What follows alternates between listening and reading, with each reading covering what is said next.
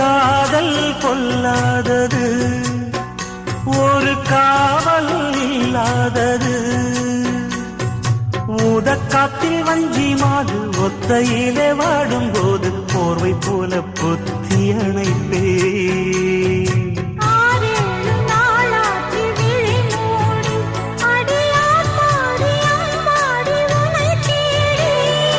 நீதானே மானே என் இளஞ்சோடி, உனை நீங்காது என்றும் என் உயிர் நாடி.